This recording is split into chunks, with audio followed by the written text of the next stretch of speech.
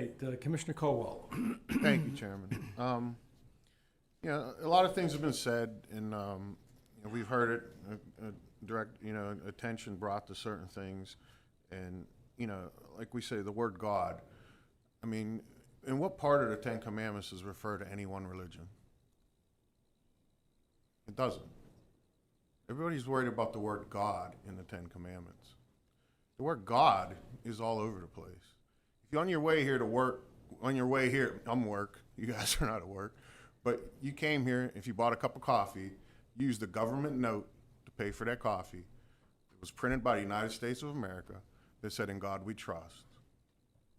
Behind the seal in the state of Florida, behind the commissioner and the senators, our chairman, as you see, "In God we trust." Once again, we had an invocation, swearing our strength to make good decisions to God in a government setting. If you were to testify today in one of our quasi-judicial hearings, you would be asked to swear in, and you'd be asked to tell the truth, the whole truth, nothing but the truth, so help you God. God is in our government. There's no way around it. God is in our government. As much as you don't want to think it is, it is. That word is in our government. And I had several lawyers that came up here today. And I went to law class, and I remember the very first thing I was told, you're going to see two types of law, common law and statutory law. And they said, the earliest written version of common law, and they gave you an example of the Ten Commandments. Do you know why multiple religions refer to the Ten Commandments? Because it's not to any one particular religion. It's never mentioned in the Ten Commandments. It's to be specific to any one religion. We keep hearing Christianity. Christianity didn't exist for almost 1,000 years when the Ten Commandments was handed down from God. So this is what I'm trying to say here. This is part of our history. There's no doubt about it. In our founding fathers, I'll just correct some statements, 29 of our signers of the Declaration of Independence were either masters or had their degrees in ministry or were acting priests or reverends at the time. 29 out of the 56.